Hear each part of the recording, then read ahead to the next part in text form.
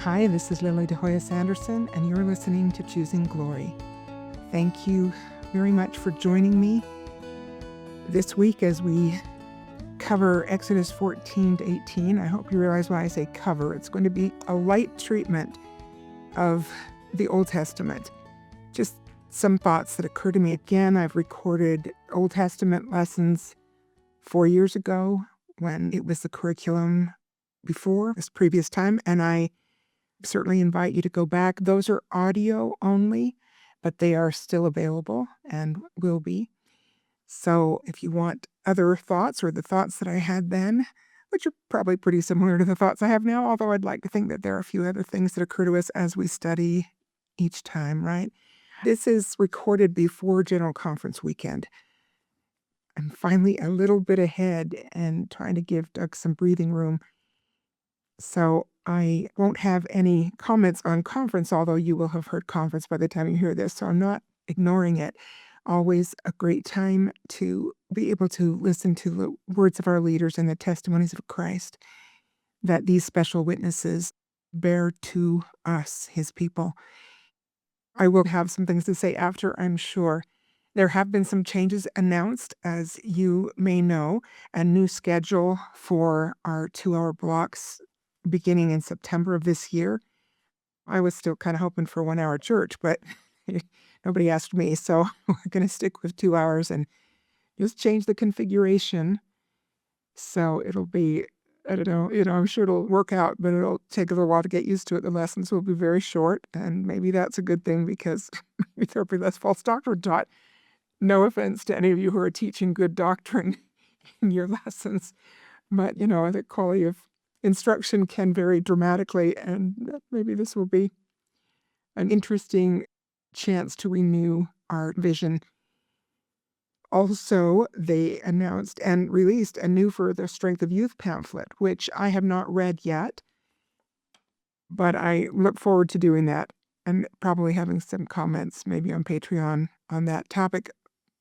My daughter Caitlin has already taken the 2 pamphlets and put them into ChatGPT and looked for differences. And she sent me what she found, but I haven't really had a chance to go through and look very carefully. But she sent me one difference that she thought was significant and nice. So anyway, I will comment on that more later. As I said, it might be on Patreon. I do want to mention that they are going to add the For Strength of Youth pamphlet to the regular curriculum. Not add, but replace the curriculum for the young men and young women with For the Strength of Youth. It's going to be arranged, or is arranged now, in 12 lessons. So that will correspond to the 12 months of the year, and then they'll start again. And I think that is so inspired. I'm really happy about that. It doesn't mean that it will solve all our problems, but it will bring it more to the forefront at a time where standards are, kind of all over the place and perceived in ways that are all over the place, even by our active membership. I may have shared this before, I don't remember, but I spoke with a young women's president sometime last year, a friend, and she told me that the youth speakers in their ward had typically been assigned for a long time, for years, when they were speaking in sacrament meeting, to choose a favorite Book of Mormon story. Of course, she said, we heard about Nephi and his brothers, or Nephi and the plates, again and again and again, and sometimes it was Ammon and the arms that he smote off. Anyway, but there were, a few favorite stories that they heard different takes on from the different youth again and again and again. And she made the suggestion to the bishop at one point that they change the assignment for the youth speakers and ask them to choose something from the For Strength of Youth pamphlet. And that was the previous addition to this one. So it had made, a lot of changes. They had made a lot of changes in that edition. And she thought it would be great, at least for the young women, because that was her direct stewardship. And I think she just said, Bishop, you can do whatever you'd like with the young men, of course. But she said, for the young women, I would really like to suggest that they choose one principle or teaching from the For Strength of Youth pamphlet and use that as the topic of their sacrament meeting speech when it's their rotated time. And the bishop agreed. So they started doing that and got so much pushback from the youth, but also from their parents. And apparently, the parents, who were, again, very active members of the church, but they were telling her that this change made their daughters uncomfortable and that they had to, read more about it and think about it. And it was all too much. I thought, wow, what a sad commentary on where some of us are. And she was in the Wasatch Front, so there was a lot of membership and a lot of activity. But it, of course, saddened her that this inspired idea was rejected strongly. And the bishop became kind of uncomfortable with it and talked to her. And she, honestly, she is a woman after my own heart. She says, I'm friends with the bishop and his wife. Like, my husband has known him since high school. And so, we've done things with them socially before he was called as bishop. And anyway, we have a great relationship. Maybe because of that relationship, she said, I felt free to kind of express my frustration with that response and to say, we don't ask very much of these young people. And these young women are not asked to do anything outside of their comfort zone.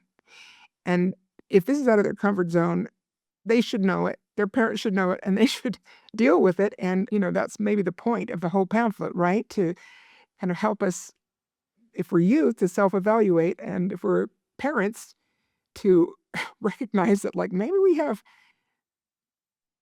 some things to learn here or to renew in our lives, or to just encourage us to continue if we are already striving to live by these standards. I thought that was interesting. I'm interested in reading this new pamphlet. I don't expect it, as Caitlin has already taken a pretty good look and told me that it's not like there are huge changes, of course, but that there were some interesting shifts in some of the language. So that's to be spoken of in another setting, and I will probably do that on Patreon. I did want to mention that the Fortune magazine article that I mentioned about how Gen Zers are being hired and fired by corporations. I'm going to talk about that on Patreon as well, because I think that there's a lot of sort of, counseling application there that might be useful for that setting. And also, I'm just going to touch briefly on this. I may speak more about it later or on Patreon. But Meta, formerly Facebook, lost a couple of lawsuits recently. You may have heard about this. One, I think, was for $3 million, and the other was for $375 million. Obviously, both of those awards are kind of chump change for a company like Meta, but it's significant, and it opens the door for a lot of other lawsuits. So that's the vulnerability. I'm sure they will appeal. They, are going to go through a real process here to try to avoid those kinds of judgments, just so that they don't open the door for a lot of other suits that could actually end up costing them something or making them change things. But it's interesting what's happening there. And again, that is something I'll talk a little bit more on Patreon about. Now, I did want to mention this also. Now, Easter and General Conference are past. It's always kind of fun when they coincide so that we can hear the special witnesses of Christ on that sacred day. We did have our Easter program on Palm Sunday, as I think many of you may have, but, schedules differ, so it may not have been in all the wards. Ours was a very nice meeting, and I was contacted about a week before by the bishopric counselor who had set this meeting up and had stewardship over it, and he asked if I was feeling okay and if I was still okay to get there to the 10:30 meeting, which should not be that big a strain, but, it has been a little dicey lately, and I also had to make sure I was on time, which is not my strong suit, and I told him that, yes, I was planning on it and I was ready, and then he said, well, I just want to remind you, you'll have 10 to 12 minutes, and I was really surprised, and I actually went back in the text chain, and he had said earlier in the first invitation that it would be a 5 or 6 minute opportunity. So that's why I did the Easter message. Of course, I went off the script a little bit, as you know, in that Easter message, so that it did turn out to be longer. But this was now 10 minutes, at least, in the meeting that he was inviting me to use, double what I had prepared. So I went back, and I just have to say, I have written very few speeches in my over half a century of teaching and presenting. I usually go off an outline or notes or a PowerPoint, which is basically an outline, but I wanted to be respectful of the time limit, and especially because I was the last speaker and I didn't want it to, you know, mess up the meeting or drag on. And so I had written it out for the 5-minute window, and then I went back to the drawing board and thought, okay, I can smooth out some of the transitions. I can explain some of these ideas a little bit more. And it was a really great opportunity. I mean, I spent a lot more time on it than I spend on an hour and a half or 2-hour fireside, because I usually just put together an outline and I'm good to go for a long time. So it's ironic that it takes so much more time to be succinct. I guess that actually makes sense when we think about it.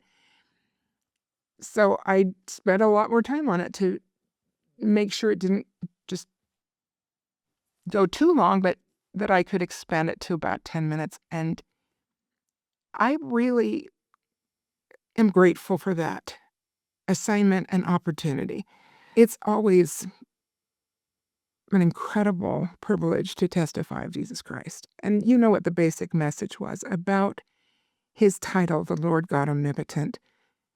As I went that second round and expanded the idea, I really felt a spirit. And I was so grateful for the thoughts and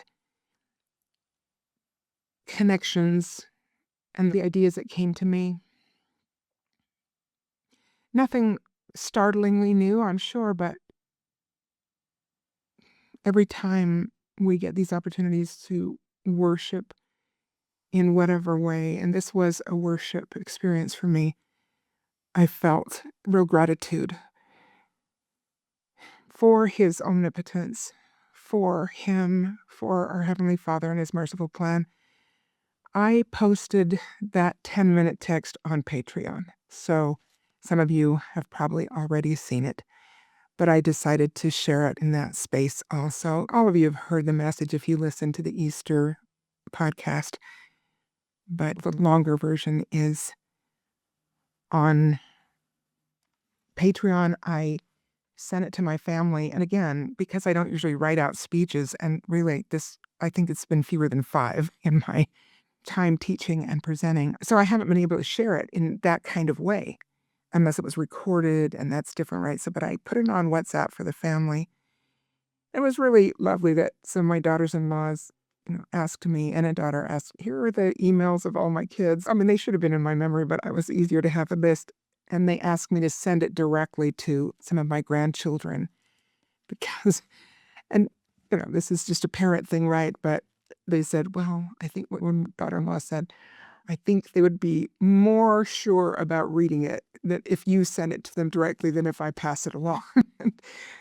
We share so much with our children that sometimes they do have a little fatigue about what we put in front of them. So that was a sweet invitation that I was happy to do. And I had sent it to the 4 missionary grandchildren that we have serving right now. Don't know if I mentioned we have 2 new missionary calls that will sort of pass in the airport with their brothers. So one will be coming home from Baltimore, and his next oldest brother will be leaving for Romania in this spring, and then, or summer, I guess. And then another family has a son returning from Nicaragua, and his next brother will be leaving for Côte d'Ivoire, which is Ivory Coast, and it will be French speaking. So in all our family, this will be the first French speaking missionary. And I'm sure my mother will be one of the angels on his shoulder to try to help him with the language. He's taken a lot of Spanish in school. So, as you know, irony is everywhere. But a lot of the roots are the same, but the pronunciation is so different. You have to know which vowels you pronounce and which ones you don't. And, you get a sense for that when you're around French. But I totally understand that people looking into written French at first, it can be a little bit of a steep curve at first. Let's go on.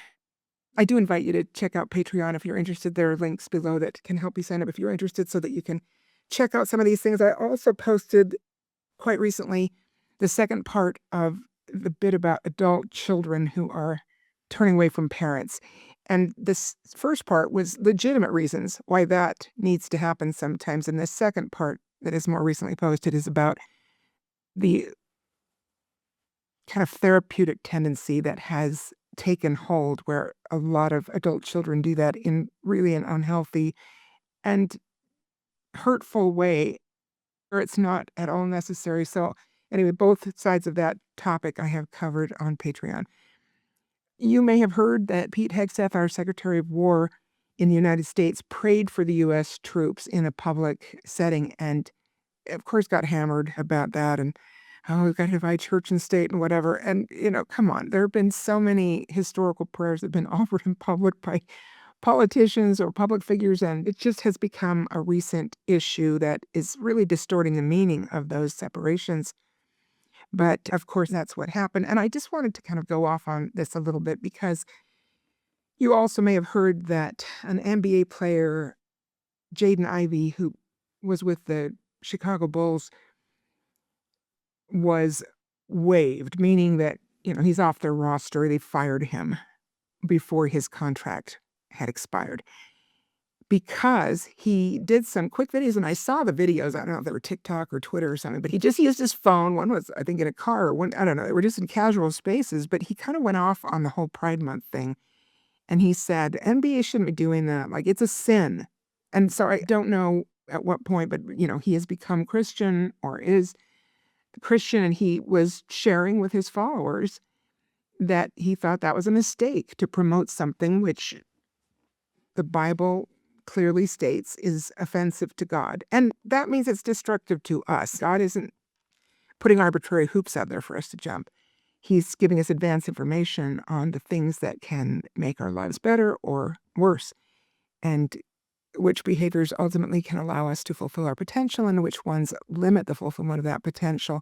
And this isn't about condemning people because we don't know all the things God knows, and he will handle judgment perfectly with both justice and mercy and understanding and giving people a chance to fully express the desires of their heart. I say that a lot, but it's so important to realize that this is not about condemning our brothers and sisters. This isn't about hating anybody.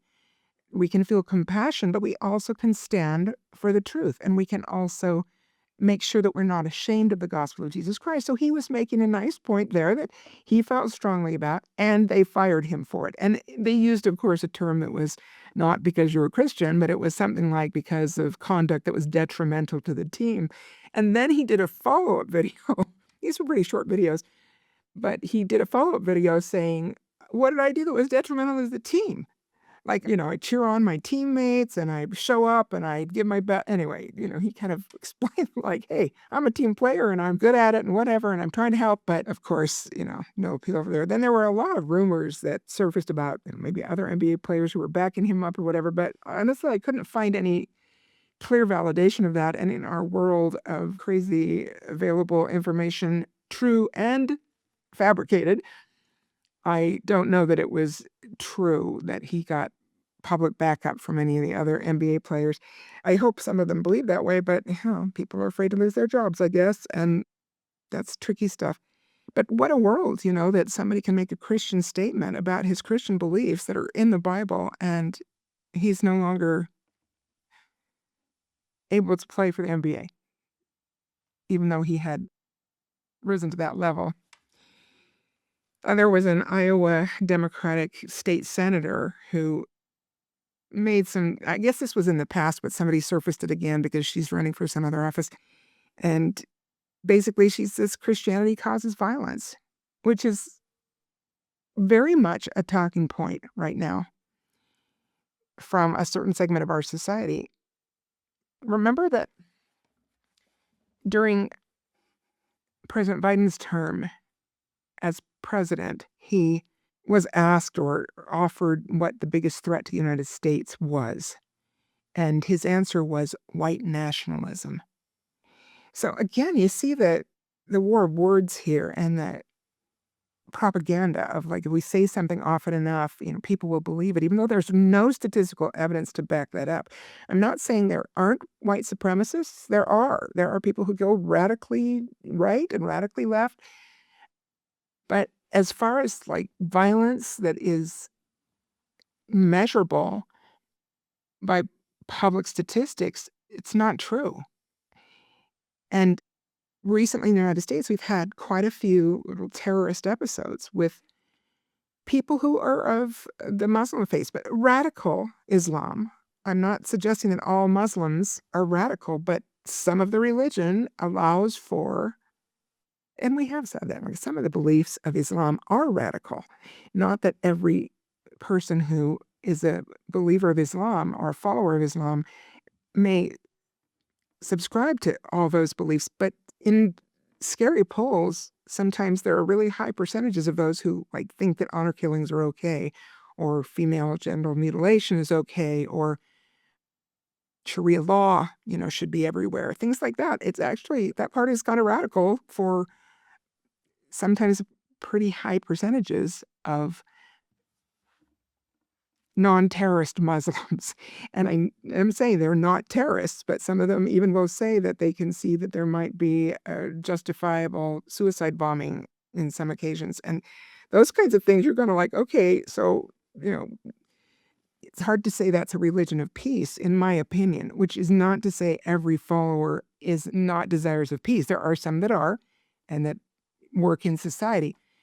But a lot of those incidents lately, shootings, mass shootings, the car that drove into the synagogue preschool in Michigan or something in Texas that happened. I don't have a list in my head, but there were quite a few lately, and they have been Islamic extremists.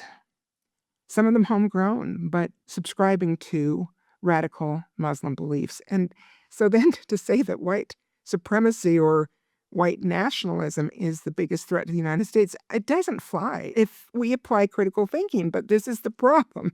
Sometimes people just hear things over and over again, and then you'll see them at a protest, and they are people who have like supposed, higher education, and they just mouth the talking points without ever seeming to have considered whether or not they are factual or accurate statements. So this is happening. There really is, again, a satanic attack on Christianity in all its forms. Are there people who are Christian who do crazy things? Of course there are. Of course there are. There isn't any religion that is free of crazy. But again, there are trends that are measurable. And Christianity, if people are really subscribing to the teachings of Christ, does not lead to terrorism or violence. It doesn't. So now they're trying to say that, Christianity in the public square causes violence, and that is not true. Again, it's not to say that there aren't crazy people everywhere, but that connection is false, and it is a satanic lie. And I hope we talk about these things with our children and invite them to do critical thinking and not just believe everything they hear, because there is a definite effort to make a war on phrasing and language. Remember, George Orwell was big into this idea. He said that this often happens with dangerous ideologies, that they change the meaning of words or use words differently. And think of how often that happens. I mean, even things like, now we have to say cisgender. Like, where did that word even come from except for a war on language? Because you can't just say male or female. You have to qualify it. And that's ridiculous. We shouldn't bow to that kind of vocabulary, because there is a kind of ideological capture that is waiting in the wings, if not, front and center. Same thing with, trans male or trans female. I mean, again, I don't use those words in speech because I think that's ideological capture, and it buys in, it lets them win part of that war by acting like those words are legitimate or that they describe something that is true. They don't. Again, I will say a male who identifies as a female. I will say that because that is descriptive and accurate. Or a female that identifies as a male. That is, again, an accurate description of some people who, yes, are struggling with whatever the problem is. But it is not a trans male or a trans female. And anyway, there's lots of language like that, right? Pregnant men, menstruating men, men can get pregnant. All that stuff, that is language capture, and it's ideological capture. George Orwell was all over that very brilliantly. He thought that if thought can corrupt language, which we are seeing and have seen for quite a while now, language can also corrupt thought. And that is a very clever insight that, again, if they can feed us this language and make it seem like we're doing hate speech or microaggression if we don't use their certain definitions or vocabulary that match their ideology, that somehow, if we use that often enough, it can change the way we think. And by demanding it in the public spaces, a lot of our children then are inundated by hearing these phrases, and it starts to become normal. And it does change thought. So thought can change language, but language can also be used as a terrible tool to corrupt the way people, especially vulnerable people like young people or unhappy people or whatever, it can really corrupt their thinking. He strongly cautioned against surrendering language to those who twist it for power. Does that sound like an echo? Orwell viewed the manipulation of language as a direct assault on the capacity for critical thinking. I love that, because you know how often I've talked about critical thinking, how essential it is for us to think and to examine if things make sense, if they match up with revealed truth, things as they really are. We have tools. We have tools to evaluate ideas, but we have to apply critical thinking. Again, this is not really being taught. Propaganda is being taught so much to our students these days. There are some decent schools out there, and more, are trying to make things available. You may know there's a lot of free curriculum on the Hillsdale College website. I haven't had time or energy to go and listen to some of the things I've been interested in. I hope that I will get to that point eventually. They have some good things on the history of the United States and other, anyway, lots of topics, and they're free curriculum even. So for those of you who are doing homeschool or want to augment your children's learning, go gently. This isn't about trying to hit them over the head, but just to help them see there's another point of view that really can help with critical thinking if they hear another intelligent, informed perspective that is well referenced and makes logical, coherent sense. There's so much illogic out there in some of the propaganda. It slays you when you really take any of their thoughts sometimes. And you look, okay, what is the logical extrapolation of that? Or, if we extend that to its logical conclusion, does it pass the test of anything rational or close to things as they really are? Okay, so anyway, he warned a lot about the way words are used to control human minds and human thought. Again, speaking of language, there was a statement by Pope Leo XIV, who's the current pope, just on Palm Sunday. Maybe you heard it. He said, God does not listen to the prayer of those who wage war. This is strip quoted theology, right? Obviously, God doesn't support evil aggression of people or nations, like Putin's invasion of Ukraine. That's not sanctioned by God. The Nazi invasion of Poland and then the rest of Europe, and, the Japanese taking over the islands in the Southeast Asia area as they advanced. And God cannot bless people who are waging that kind of war. Of course, he does not sanction that. It's very clear that he's not into this kind of aggressive, nasty action for power or wealth. But we have to be careful about saying that any war that is begun by, one party is always evil. Because look at what we're seeing in the Old Testament. In fact, in these chapters today,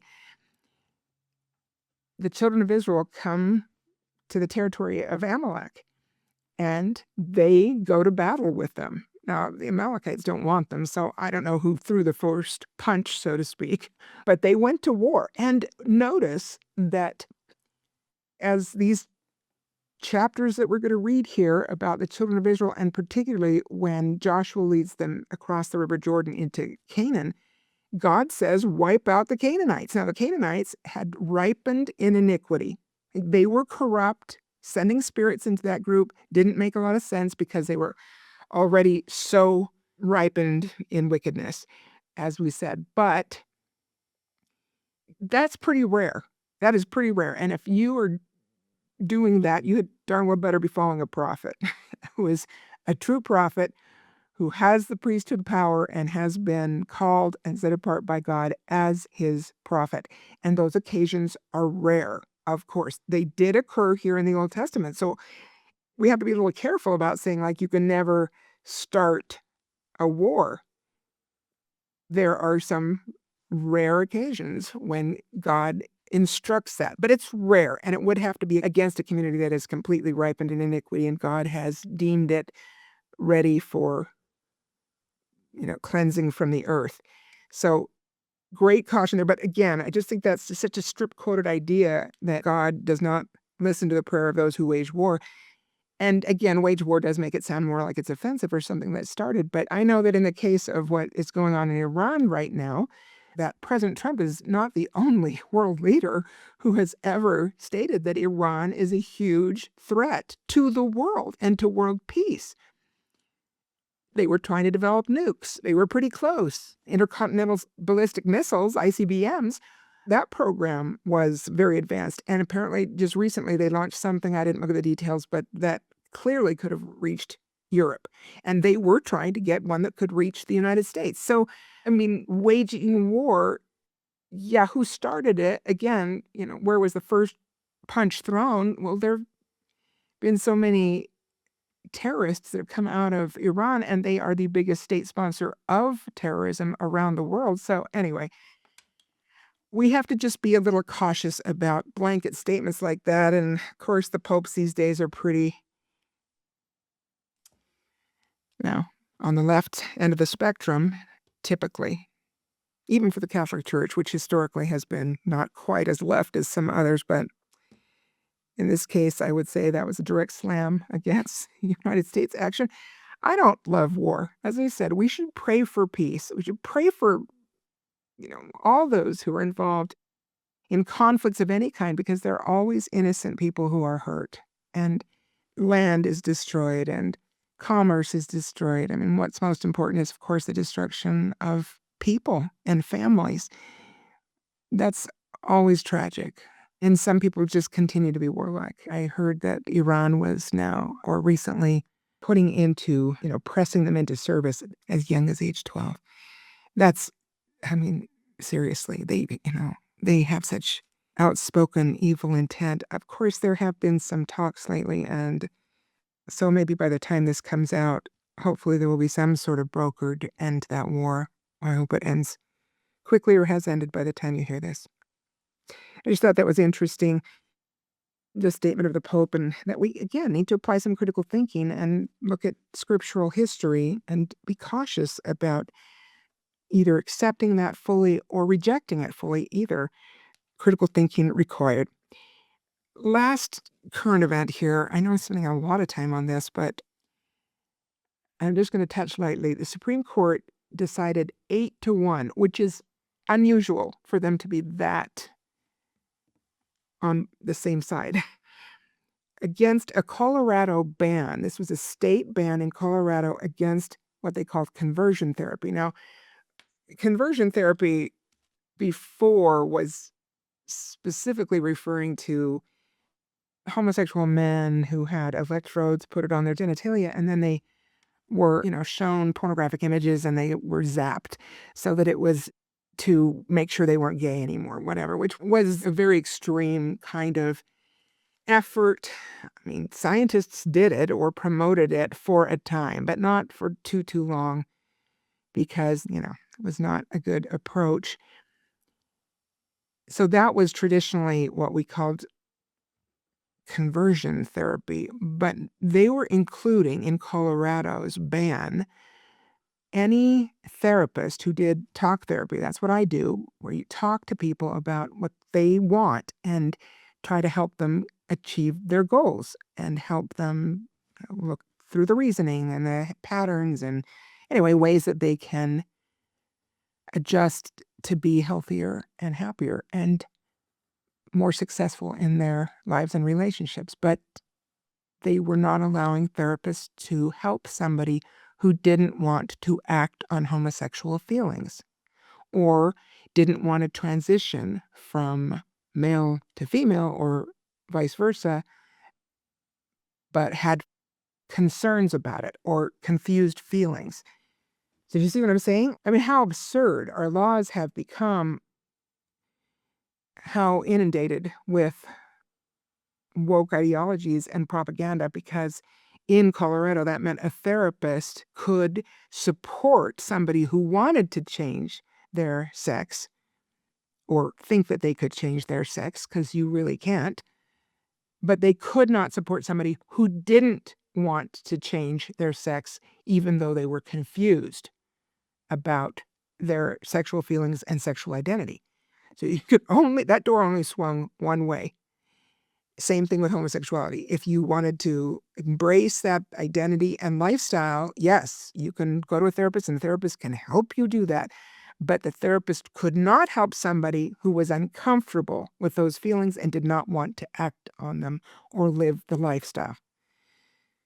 The Supreme Court shot it down and said that was a ban on free speech for the therapist and for the client, really. But the dissenter was the newest Justice, Ketanji Brown Jackson, who wouldn't define what a woman is in her Senate confirmation hearings. And she said a lot of other things. And in fact, she had one of the left side of the aisle justices, Sotomayor, do a public call out against her. I think it was a 35-page statement that she wrote in dissent of that decision that she insisted on reading aloud when the decision was announced.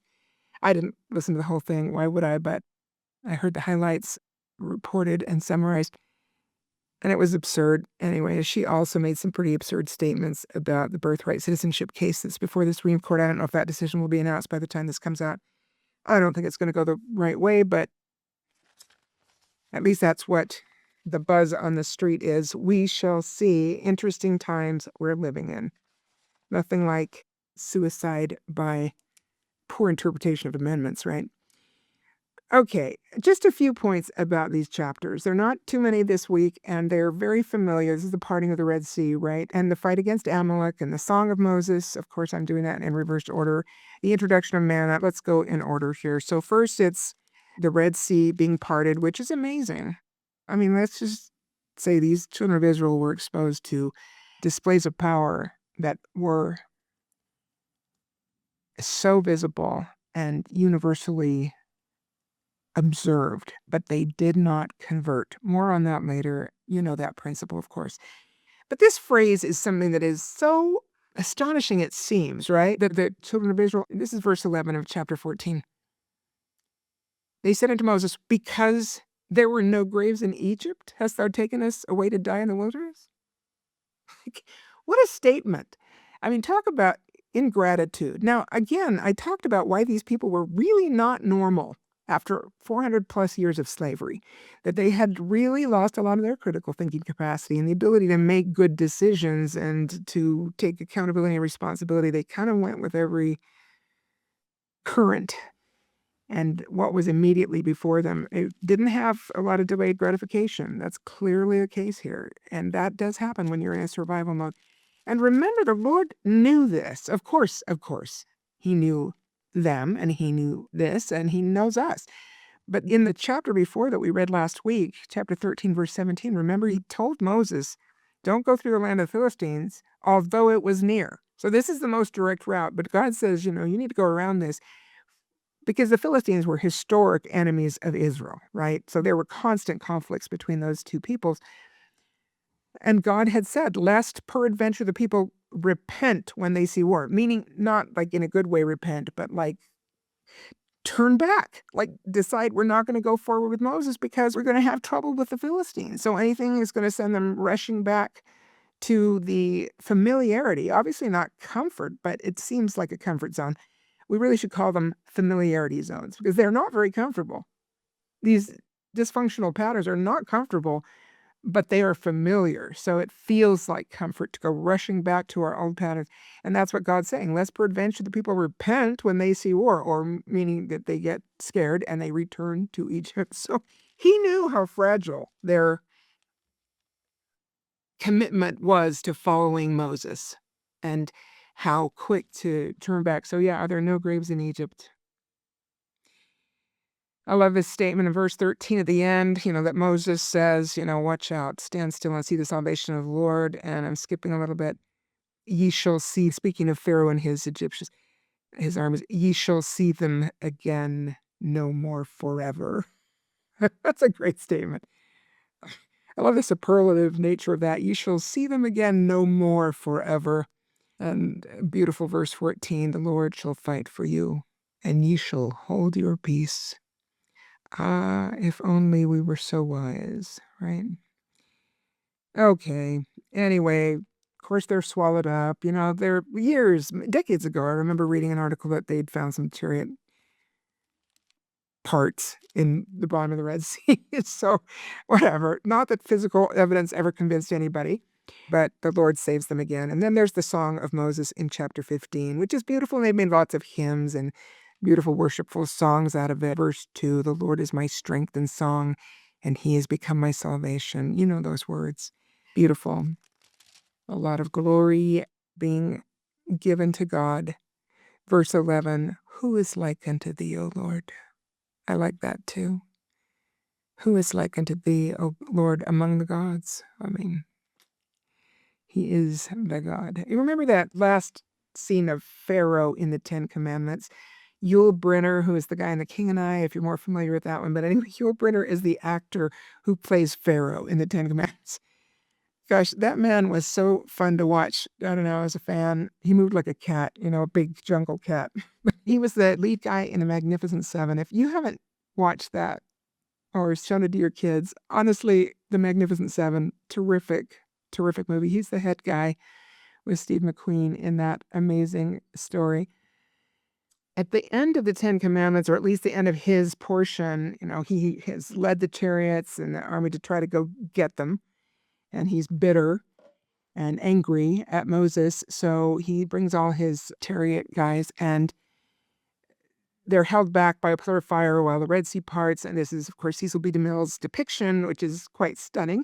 And then the people are crossing through on dry ground, and then the pillar of fire disappears. So the chariots go in after them. Now, here it says Pharaoh was destroyed, but in the movie, Pharaoh is watching from kind of a hill, so he can look down and see what's going on, and he sees that the chariots are going after the children of Israel. And then, of course, the walls of water cave in on them and they're destroyed. And he sees this, and he kind of slinks back to his palace, and there's his wife. And, their firstborn child died in that night of the destroying angel. So, she was devastated and angry. And she says to him, okay, this is Hollywood, but it was pretty good Hollywood back then.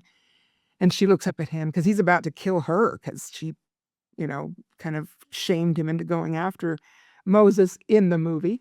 And so he's coming back and he's ready to kill her. And then she kind of stalls him off with this nasty statement. She goes, you couldn't even kill him.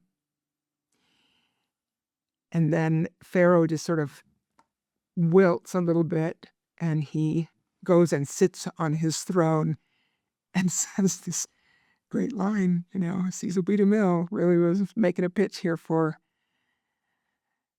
our God. And he says, his God is God. I love that scene. Saw her as a kid, but never grows old. Some of those movies just never grow old.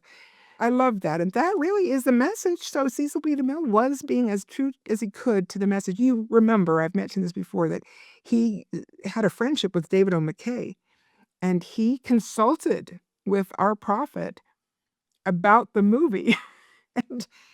And I think it shows, obviously, yes, you always take Hollywood license or whatever, but a theatrical license, but there are a lot of pretty good things that are true to the record. And I think that's one of them, because this is repeatedly stated in the record that the part of all of this was that the Egyptians would know who was the Lord, the supreme God, the only true God. So that is kind of a nice visual for me. Again, you could probably just see that scene on YouTube. I'm sure they've got lots of the scenes, and hopefully that's one of them. You may know too, of course, George Frederick Handel, you're familiar with his work, The Messiah, that oratorio, which is stunning. And he wrote in what, 21 days or 24 days? I should look it up, 23. It was some ridiculously short number of days. Obviously was inspiration, very complex writing of the parts of music. It's just stunning. And he also wrote an oratorio called Israel in Egypt.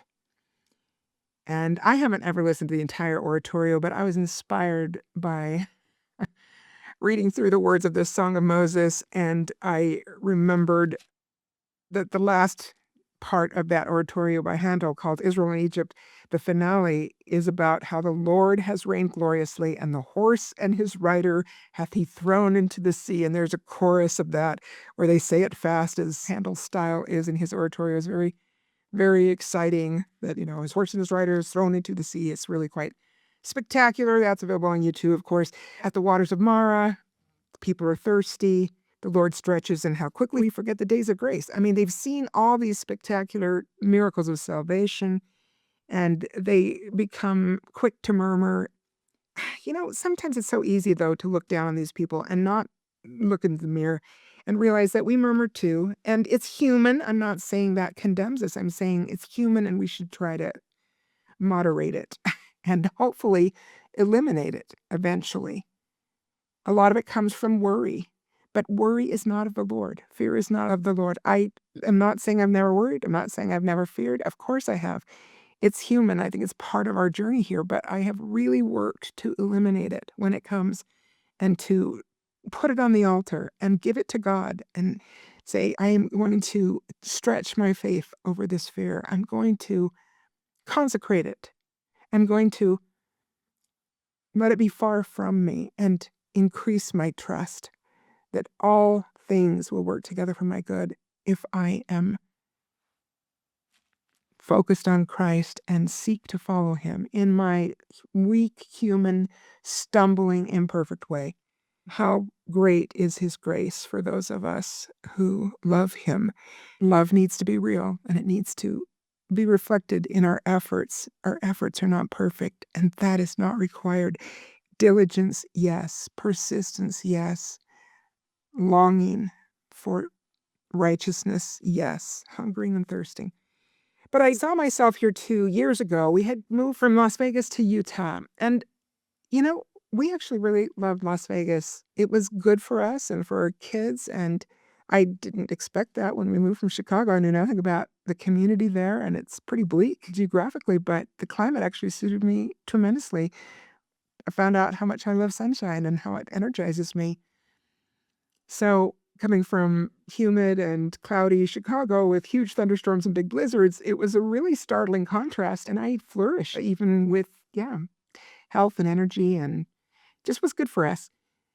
And good people there. And they built the temple shortly after we got there. They started the temple. It was such a beautiful temple. I will always love the Vegas temple. We got to be a part of the open house and everything, and answer questions by the fountain after the tours. It was just a privilege to be there and to go to that beautiful, beautiful temple. Anyway, I was sad to leave. Both of us felt strongly that God wanted us to come when Chris got the offer to come and be the director of the Salt Lake agency. But we didn't really want to come. But as we prayed, we felt that we should. And I know it was the right thing to do, but it was a hard move. We left people and places that we loved and that we thought we would stay forever. We really did. It was hard. We came here, and Utah, has wonderful people, and it's a beautiful state. But as I told my children when we were coming back, I said, everybody's really friendly, but nobody has time to be your friend. And that's not strictly true, because of course we've made friends here, and there really are wonderful people here, but it's hard to get to know them sometimes. And that wasn't the case in other places that we had lived. It was like first Sunday, 3 people invite you to dinner, and they come over and unpack your boxes. And anyway, just there was this, your family, and maybe it was because of the more sparse distribution of saints in other areas. And here, there's so much extended family, whatever. Anyway, I'm not trying to criticize the state. I'm just saying, and I just talked to somebody Sunday that said, She has moved a few times in Utah, and she says, I just tell myself it's going to be 3 years before you make friends. I'm like, wow, wow. I mean, maybe that's not a bad expectation, at least a diminishment of expectation. I was sad when we were here, and it was lonely for a long time, and we were super busy trying to build a house. I started my doctorate right away. Chris was going downtown and having to kind of really restructure a lot of things there that were very demanding and ultimately very successful. But it was a busy, hard time. We had kids getting married, going on missions. It was just really intense, and I felt lonely. So I was asked by somebody, this was probably, we'd been here at least a couple of years. We were in the house, it was built, and we had moved in, whatever. So I was asked by somebody to substitute for them in Sunday school. And it was these chapters. It's a long story. I'm sorry, I'm incapable of short stories. I read this and I thought, oh my goodness, this is me. This is me. I'm longing for the flesh pots of Las Vegas. Were there no graves in Las Vegas? And there are flesh pots in Las Vegas. It's gotten worse over the years, as it has everywhere. But I was like, oh my goodness, I can't believe it. This is me. Here, it's not just the children of Israel because they were 400 years in slavery. I didn't have that excuse. I was just like, I wanted to be left alone. And I know that there was meaning and growth and potential for all of us coming to Utah, but I wanted to go back. So it was sobering. And it was a really good thing for me to see myself in the children of Israel.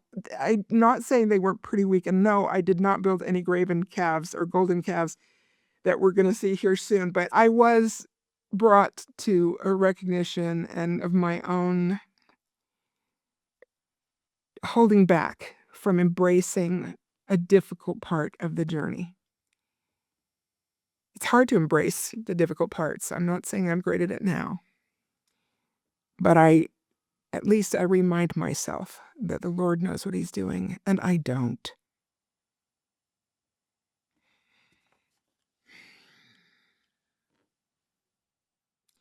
I couldn't find this. I looked for it a couple of times. I know I'm not remembering the phrasing right, and I thought it was Maxwell, but it might have been somebody else who said something like, how much we can take here determines how much the Lord can give us in eternity. And I love that thought, however it was stated by whomever it was stated.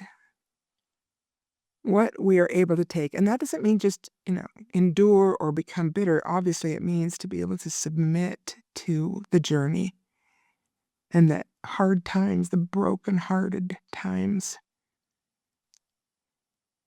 How much we can take without losing our trust in God, without losing our faith. And I mean, I get that we might stumble. I get that because life is hard and the Lord gets it. Of course he gets it. But we need to keep our eye single to Christ. There's no better way to deal with our heartbreak. There's no other way that can lead to refinement. I was thinking about this just the other day, that one of the hard things about suffering is that you can't see what it's doing for you. I do believe that God doesn't allow us to suffer 1 ounce more, not 1 nano ounce more than is able to be consecrated for our gain. I believe that. But in the midst of the suffering, even when we know that suffering, if we are trying to be covenant followers of Christ, that in that suffering, even if we understand that the intent is refinement, at least for me, it's impossible for me to see that happening or feel it happening. I just feel the pain. But I do trust that at some point in my existence, maybe the veil will have to be completely withdrawn. Of course, that can be pierced by faith. However that happens, at some point, I absolutely am confident that I will be able to look back and see the growth or see the cleansing or the shifting of weaknesses into strengths. I don't know exactly what that will look like, but I believe it. I believe it. I trust in that. So I go forward weakly, stumbling, imperfectly, but with my trust in my God and in my Savior.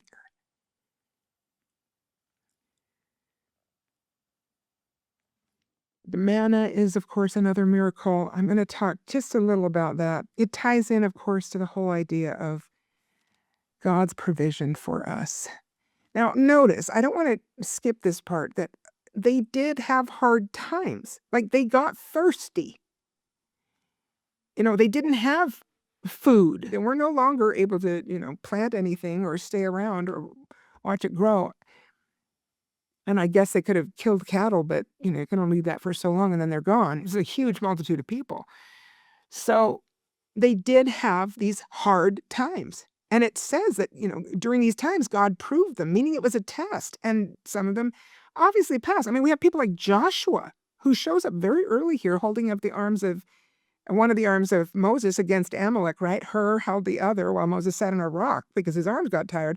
Because when he would lift his arms, Israel would prevail. And when his arms would drop, Amalek would prevail. So anyway, this is where it was, a focus of their faith or whatever it was. Joshua was one of the guys who holds one of his arms. And these are faithful people who, again, are going to be pivotal in the future of Israel. And they had grown in the hardship of Egypt. Others had not. It's always our choice. And it is a lonely road. There were not too many that we see or that we hear about who had become more refined, more prepared for fulfilling their foreordained purposes and blessing the people that they were serving. So again, it's always this choice. And there were hard times. It's like how quickly we forget the miracles in the times of hardship. And that's my point, is like, can we hold on and know that like the Lord does meet our needs, just not in our timing, but can we trust his timing? Of course it's a test, but how much we're willing to take determines how much he's able to give. So can we keep those thoughts together and say that like, all right, if this is what it takes to show that I'm not going anywhere, then I'm not going anywhere and I'm going to cut out the murmuring. I'm really going to work hard on that at least, right? So that we can show that like, all right, I'm willing to grow through this and not just every time go back to like, seriously, Lord, why are you letting this happen? Or why do I have to deal with this next? Or why can't I have an end of one trial before another one begins? Like, I mean, we've all have our version of that, right? But God does say again and again, consider the lilies of the field. They toil not, neither do they spin. Yet Solomon in all his glory was not arrayed as one of these. If God so loved the grasses of the field, how much more, well, if he adorns the grass of the field, how much more will he take care of you? Like, stop doubting him. I know sometimes we say that doubts are okay, but honestly, they're not really okay. I'm just going to say it. Like, they're not to land there, not to say like, well, I can keep my doubts. Like, I mean, if you have to table something that you don't have a full answer for, that's one thing. But to keep it fresh as a doubt, I think is a mistake. I think that's not what's meant when people say like doubts are understandable. Of course they're understandable, but they're not to be nurtured. They're to be like, okay, I'm going to set that aside and I'm going to trust.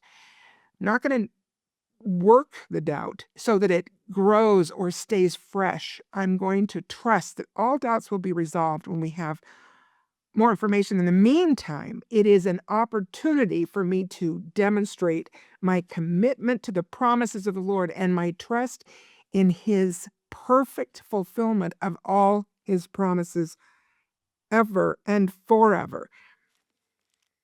We want to walk by sight, but God tells us we need to walk by faith. I've said this before, but I feel like sometimes we know there's that veil of darkness and, that, makes it so we can't remember his face and can't see the future, of course. We have no perspective like God does. So we're, floundering around, as is often stated for all of us. I mean, Paul uses the phrase, we see through a glass darkly. Boy, that's right. At any rate, I feel like we walk right up to the veil and we squint, we We squint really hard, like, I just need to see how this is gonna work out. I just need to see how you're gonna pull this out of the fire. I just need to see the happy ending. He tells us, but he doesn't show us, and he doesn't give us the specs. It's the sweeping promises that will be fulfilled somehow for me in my particular valley of the shadow, in my particular heartbreak. And I can trust it or not. We want to walk by sight. I love that verse, the end of the first verse and the beginning of the second verse of Lead Kindly Light, written by a Catholic cardinal, John Henry Newman, who was having a crisis of faith himself. I've quoted this before, but remember at the end of the first verse, keep thou my feet. I do not ask to see the distant scene. Well, I hope we get there, but like, honestly, we're like little kids in the back of the car. Are we there yet? Are we there yet? Are we there yet? And we have to kind of put that aside and ask the Lord, you keep my feet. I do not ask to see the distant scene, one step enough for me. And then the beginning of the second verse, I was not ever thus. Like I used to want to see everything. I was not ever thus, nor prayed that thou shouldst lead me on. I loved to choose and see my path. But now lead thou me on. There's a submission there. There's a relinquishment of my human, natural man desire to see how it ends, to see all the details, the specs of how this mansion is going to be built. Like, can you just show me the plans, the absolute specifications? No, no. He's saying, let me keep your feet. Let me keep them and guide them. Like, you pedal, but I will steer. And trust me, I will not steer you amiss. You may think you're going the wrong way, but if you are diligent in seeking that covenant path, I won't let you go. I won't let you sink. I won't let you fail. The grace is sufficient for those who desire him. It has to be true desire, and that has to be manifest in effort, but not perfection. He's not letting us go if we really desire him. Jethro teaches Moses to delegate. You could make lots of lessons out of that. I hope you'll think about that. Moses wants to do it right. Jethro comes, his father-in-law brings his wife and sons, and anyway, but he teaches him, well, why are you spending yourself? You're going to wear yourself out. And we do burn out sometimes in our service because we don't delegate. We don't trust anybody else to do it. And we forget the means and the ends issue. We kind of feel like, well, if I let somebody else do it, it might not be done right.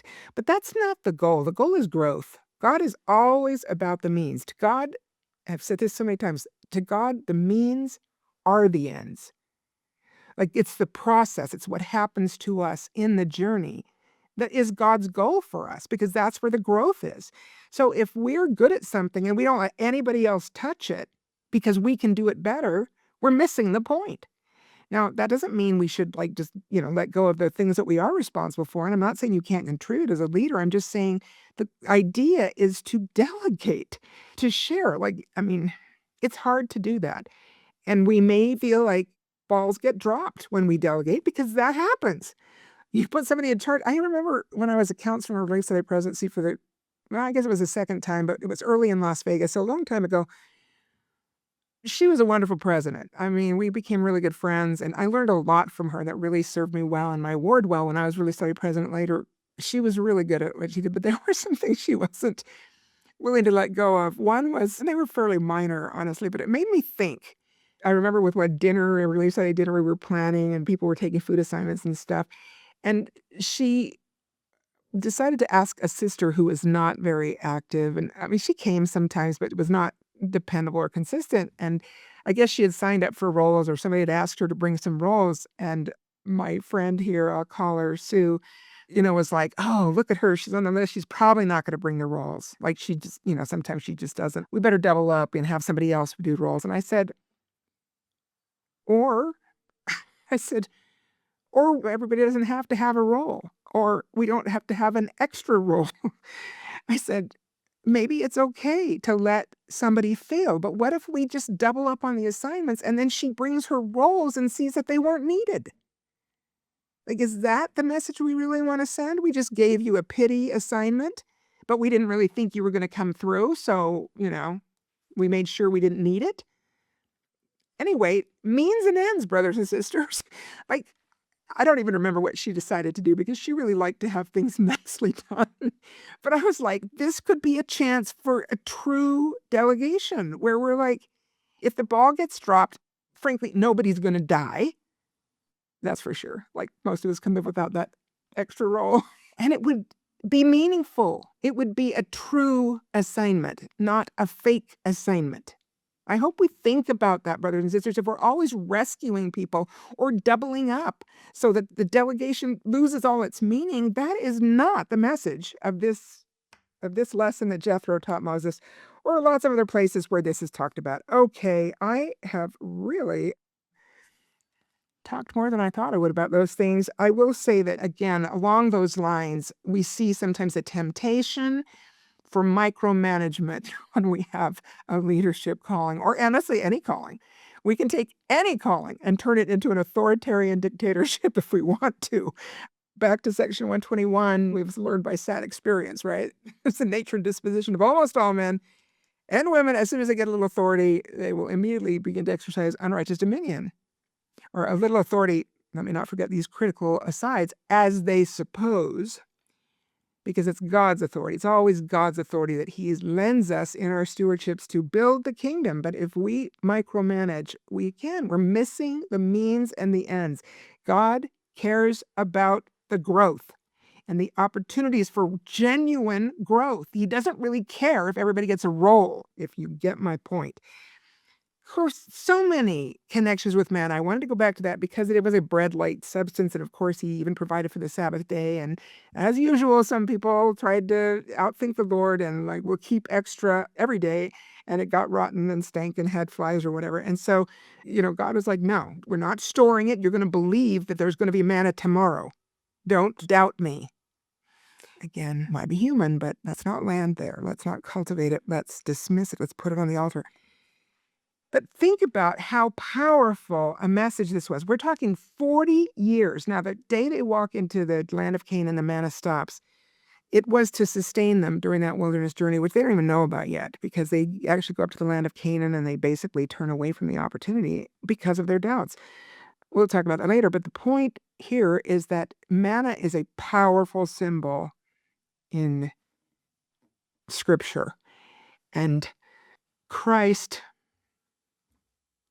born as a Jew and ministering to the Jews, knew their powerful association with manna. You know that even a omer, whatever that is, a measurement of manna was kept that did not rot, and it was to be a remembrance, and it ends up in the Ark of the Covenant eventually with other artifacts that are sacred to show God's working with the children of Israel and his mighty arm. So manna was this powerful symbol. And Christ talks about that. Remember, he says in the Bread of Life sermon, which was such a pivotal doctrinal sermon. Like I've said before, it was like dinner shows on the shore of the Galilee. Come out as a multitude and I'll divide loaves and fishes. So you get dinner, and that's a miracle in and of itself. And then I'll put on a show with a great message that's going to, wow you. And then he gives the Bread of Life sermon. And he tells them, that bread that God gave your fathers in the wilderness, that's me. That saved your fathers. Well, that's me. And I'm here to save everybody. Of course, they have the Passover bread, the unleavened bread, the matzah, that they still eat every Passover if they're believing Jews or observant Jews. And it had all kinds of symbolic meaning again and again in different manifestations. This powerful symbol of bread. And then Christ says, that's me. Like, all that bread symbolism you've been living with and commemorating in feast days every year. That's me. I am the one who saves. I am the Son of God. They knew what it meant. And look at how symbolic it is for us today in the sacrament and in remembrance of his body that was broken for us. It's always going to be a powerful symbol that he is the bread of life. And they understood that powerful symbolism. But what do?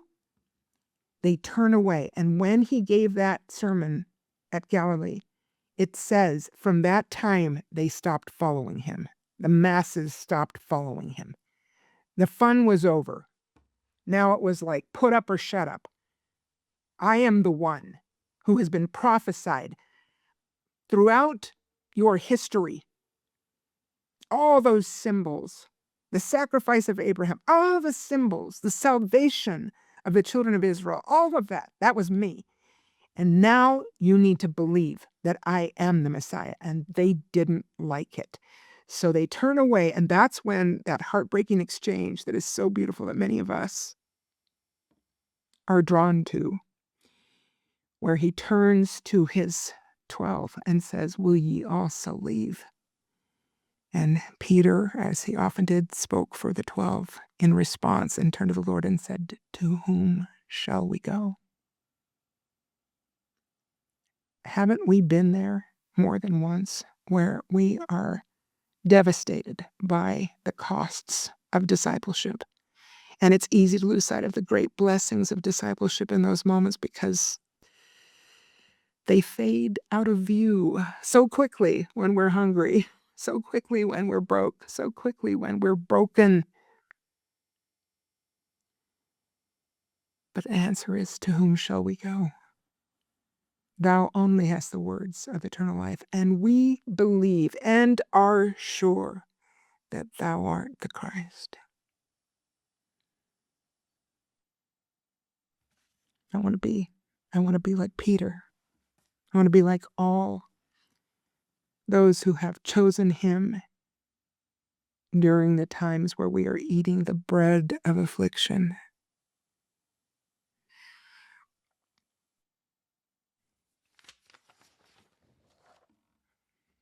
You know these verses from Doctrine and Covenants, section 63, 7 through 9.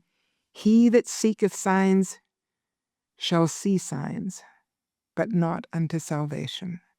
Verily I say unto you, there are those among you who seek signs, and there have been such even from the beginning. But behold, faith cometh not by signs, but signs follow those that believe. We know that. We hear this all the time. Great speech. Again, these people were not converted by signs. We know women, a lot of them weren't converted by signs. Nobody's ever converted by signs. We can talk ourselves out of everything. Remember that joke about the guy who's falling off this tall building? And as he's passing some of these high floors, he's praying, "God save me." And then his coat is grabbed by like a flagpole or something anyway. And he's miraculously saved from, falling all the way in the street. And he says, "Never mind, Lord, I'm good." That's so human, right? Like when I'm really, really desperate, I need you. But the minute I don't, like it's something else saved me. We can talk ourselves out of anything. And of course, in our days of AI, are you kidding? Like, honestly, I really try to be careful about this when I do a current event or whatever. I make sure I check like 2 or 3 or 4 sources if I can, because there was one I was kind of chasing and I'm like, "Nah, this one's not true. This one's not true." It really featured well on some, posts and stuff, but I'm like, "No, I can't see that this is true." So, I try to be careful, but I'm not saying I can be 100%. It's so easy for things to deceive us these days. And some can be great signs. And I've told you that Harper had this thought a long time ago, but, as AI and all that was developing, he said, "What if we ask everybody, like, if you saw a figure of light that descended from heaven to the earth, would you believe it?" When you think about that, you're like, "Well, I don't know." I don't know. I think when Christ comes in glory and everybody sees him together and the earth shall be, or the heavens will be rolled as a scroll and, people start to burn in the streets, that's gonna be hard to avoid, but, like, prior to that, it's kinda like, "Huh," like, I don't know, is that AI generated? And CGI has been around forever, so, like anyway, we need the Spirit. It's the Spirit that tells us what is true and what isn't. That is why we try to pursue this path of sanctification, so that we can have that constant companionship and that true litmus test. Great speech by then Elder Dallin Oaks, called Miracles, from a talk given at a CES fireside in May of 2000. There are good reasons why we do not seek conversions by exhibiting signs. The viewing of signs or miracles is not a secure foundation for conversion. Again, how many examples does it take for us to get that message? Scriptural history attests that people converted by signs and wonders soon forget them, and again become susceptible to the lies and distortions of Satan and his servants. In contrast to the witness of the Spirit, which can be renewed from time to time as needed by a worthy recipient, the viewing of a sign or the experiencing of a miracle is a one-time event that will fade in the memory of its witness and can dim in its impact upon him or her. So again, it's the witness of the Spirit that is all-consuming, that can last, and we have to renew that because people can fall, even from a sanctified position, if they don't stay earnest in their hungering and thirsting after righteousness. Again, it shouldn't be anxiety, it shouldn't be fear, but it does need to be, again, I think it's a Hugh Nibley phrase, a sacred urgency. Not the same as anxiety. Don't go there, but a sacred urgency. Okay. Another wonderful speech by Elder Lawrence Corbridge, was then serving as a 70, General 4070, January 22, 2019. This is a great speech. I hope you've read it. Check it out if you haven't. It's called Stand Forever. And now he's doing like a video series, which I haven't been able to catch up with, but I will. Anyway, I loved this speech. It was really beautiful. Believe with God all things are possible. We may all be taken back from time to time by the extraordinary, such as walking on water, multiplying bread and fish, raising the dead, translating gold plates with special lenses or a stone in a hat, and the visitation of angels. Some people are hard-pressed to believe extraordinary things. While it is understandable that we may be challenged by the extraordinary, we shouldn't be, because ordinary things are actually far more phenomenal. I mean, he gave a long speech. It's toward the end, but anyway, the whole speech is very good, but I really keep remembering this part. It's a favorite of mine.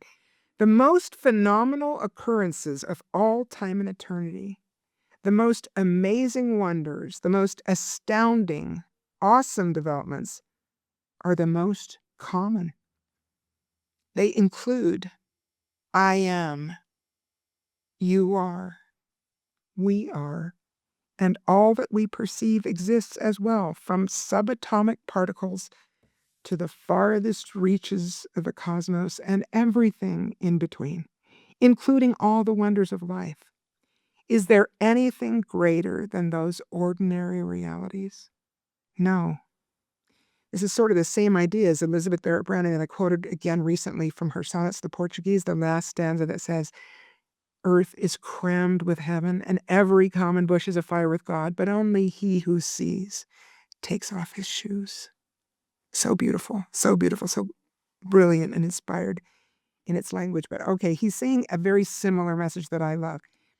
So is there anything greater than these ordinary realities? No, nothing else even comes close. You can't begin to imagine, much less describe anything greater than what already is. And again, this kind of harks back to that verse in Alma that says, all things denote there is a God. He goes on, in light of what is, nothing else should surprise us. It should be easy to believe that with God, all things are possible. The healing of the withered hand is not nearly as amazing as the existence of the hand in the first place. That is a beautifully expressed truth. If it exists, it follows that it can certainly be fixed when it is broken. The greater event is not in its healing, but in its creation.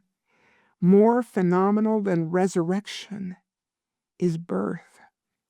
The greater wonder is not that life, having once existed, could come again, but that it ever exists at all. More amazing than raising the dead is that we live at all. A silent heart that beats again, which I am longing for, is not nearly as amazing as the heart that beats within your breast right now. That one could see on a stone or through a special lens, the modern translation of ancient text written on plates of gold, is far less amazing than the human eye. The wonder is not what the human eye may see, rather than it sees anything at all. How can you believe in extraordinary things such as angels and gold plates and your divine potential? Easy. Just look around and believe. I couldn't put it that elegantly. Brothers and sisters, let us choose celestial glory. Let us stand fast.